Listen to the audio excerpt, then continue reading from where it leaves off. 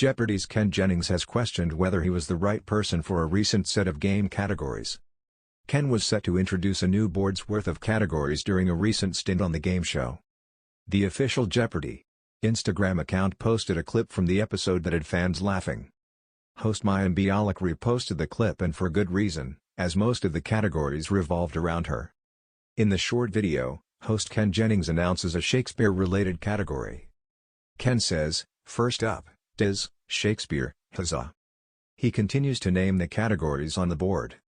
Then we have advertising icons, fill in the blanket, then we have Blossom, The Big Bang Theory, I Sense a Theme, and finally Call Me Cat. Cat begins each response. Ken then looked puzzled as he looked out to the contestants. "I'm not sure I was the intended host for this game board, but in any case, Stephen, you begin," he told the first contestant up to bat. Most of the categories had something to do with Mayim, which the host took note of when she reposted it. The Jeopardy! Account had captioned the video, "She stays on our minds." Fans got a kick out of the game board and said as much on social media. One wrote, "Saw it. Was so funny. Hoped for more Mayim stuff." Another wrote, "Need to see this episode." A third asked, "Why is this guy hosting? Long shot." Meanwhile, contestant Long Win won over the internet and could have won Tuesday's episode if not for one gutsy misstep. He went all in and missed the last daily double of the game, which was painful to watch since beating a 6-day champ was on the board.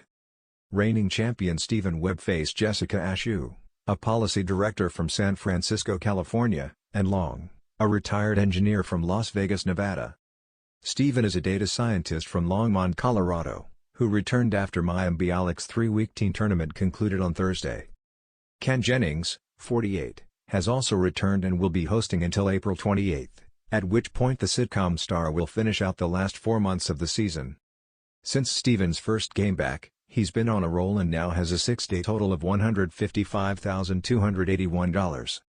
However, that was almost not the case had new contender Long played it safer. Long hilariously shared during his Q&A segment that he once lost bar trivia to another Las Vegas resident, James Holzhauer, and 3 of his friends. Things were looking upset-worthy as he had $12,400 to Stephen's $17,600 when he landed on the game's last daily double. He had been sweeping the category Scrambled U.S. History up to that point. The special clues allow a contestant to bet from their existing scores, and in true Vegas style, Long bet all the chips. Ken told Long before he chose his wager amount, "You're in the process of making a run at Stephen's lead." Long responded, "You know what, I'm from Vegas, let's bet it all," and flung up his hands as the crowd gasped.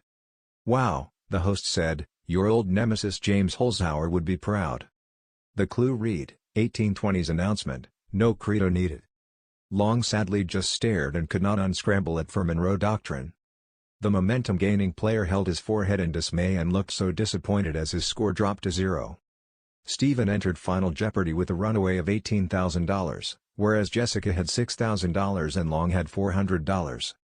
Long and Jessica were correct on the last clue, whereas the reigning champ wasn't, but the earlier move rendered it moot. Host Ken even admitted, "Long Win, you played a strong game but hit that tough daily double." Today the luck of the daily doubles was on his side. Ken then slightly shaded about Stephen. "I really wanted Long to win." Jeopardy! Fans were not shy in saying they wanted the upset victory, as one wrote under a YouTube clip, "Oh, I really wanted Long to win." "Yeah, that daily double loss was heartbreaking," wrote another. "Too late in the round to bet it all," roared a third.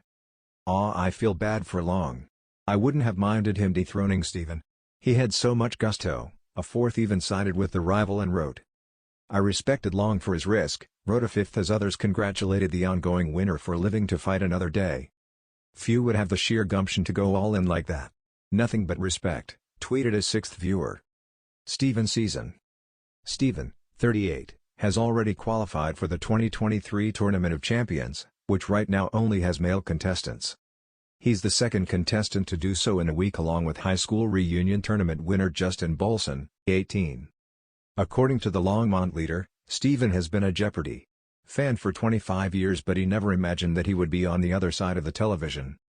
Stephen took an anytime test, the official qualifier exam, in 2020 because his wife, kind of noticed that I knew all the answers. Stephen's win on February 17 saw him miss what many viewers thought was an easy Final Jeopardy!